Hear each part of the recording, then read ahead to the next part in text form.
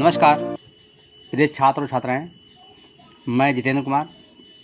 ये वीडियो हमारी 50 की है और इससे पहले भी 40 की पढ़ी हैं, 50, 60, 70, 80 की पढ़ी हैं, जो शॉर्ट हैंड सिंह पढ़ाली की बुक पे पढ़ी हैं। तो आप सीक्वेंस से करें, पहले कम से ज़्यादा की ओर करें। और इनको शुरू करने के पहले आप होमवर्क ज़रूर हमें व्हाट्सएप के माध्यम से चेक कराएं और उसकी 10 बार प्रैक्टिस करने के बाद इनको टारगेट करें। और विशेष जानकारी के लिए जो नए बच्चे हैं वो मुझसे कांटेक्ट करें। Ready, start.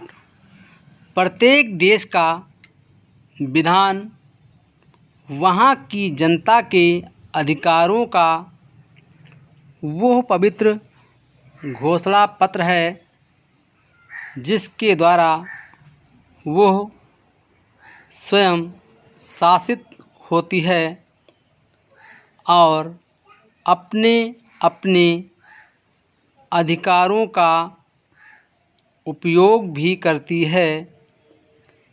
विधान निर्माण करने के लिए देश के गणमान्य प्रतिनिधि तथा विद्वान एकत्रित होकर यह विचार विमर्श किया करते हैं कि हमारे देश का विधान कैसा हो, जिसमें देश के प्रत्येक व्यक्ति को सुख, शांति और स्वतंत्रता हो।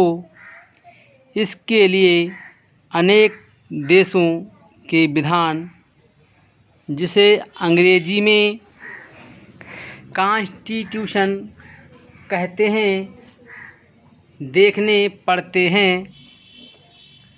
तत्पश्चात अपने देश की सामाजिक और सांस्कृतिक परंपराओं का ध्यान रखते हुए सर्वमान्य सिद्धांतों के आधार पर विधान का निर्माण किया जाता है।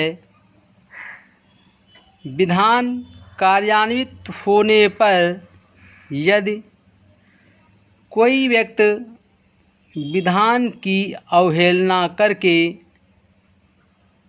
उसके विरुद्ध कोई कार्य करता है तो वह देशद्रोह करता है। वैधानिक स्थिति से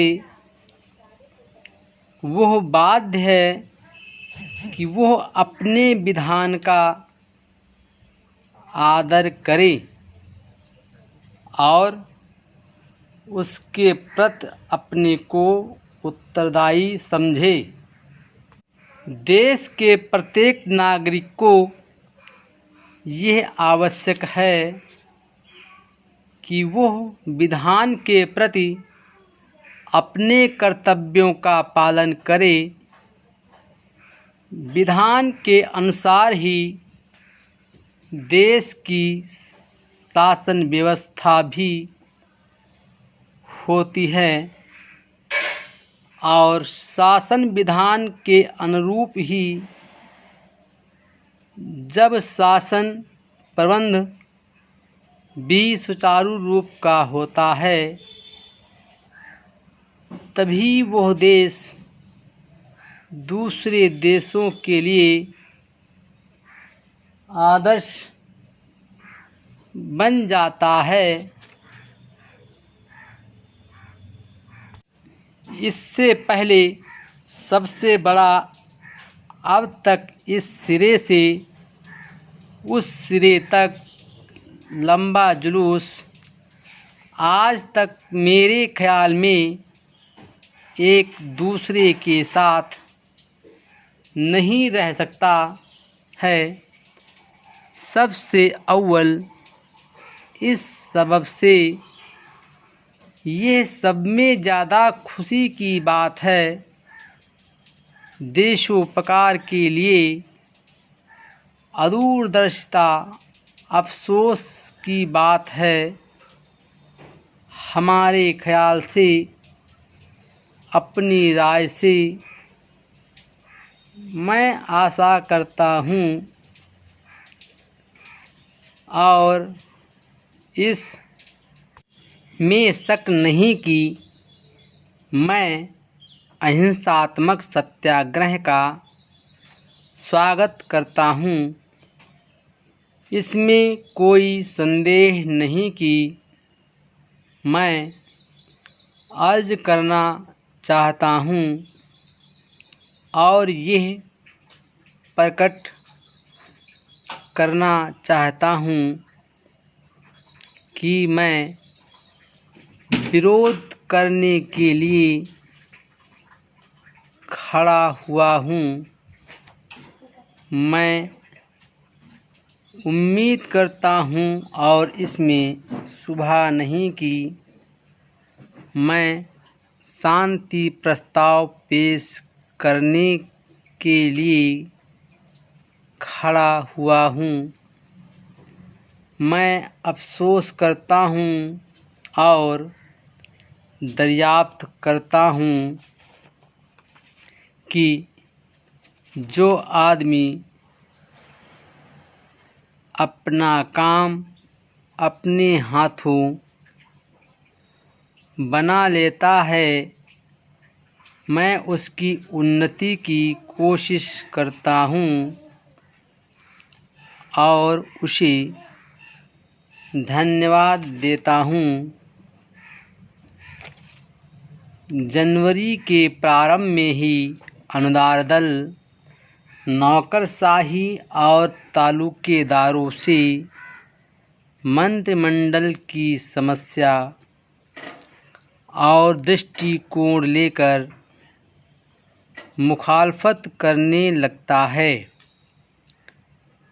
स्पीकर महाशय तथा प्रेसिडेंट ने अंग्रेजी ज़बान पर कोई पाबंदी नहीं है।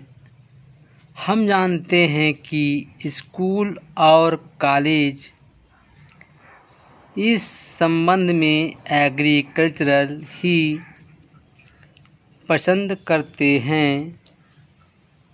इस बारे में यह गौर करने की ज़रूरत है कि स्पीकर महोदय हस्तिनापुर के पुलिस सुपरिटेंडेंट के हस्ताक्षर और उसके कट मोशन पर बड़े मेहरबान हुए और सुपरिटेंडेंट के लिए शुभ मनोकामना प्रकट की। यह गौरव की बात है कि ऐसी पाबंदी दूर हुई। मेरी समझ में नहीं आता है कि मुखालिफ होते हुए भी नौजवान लाभदायक पदों के हेतु देश के लिए चिंताजनक क्यों हो रहे हैं। मैं साफ कर देना चाहता हूँ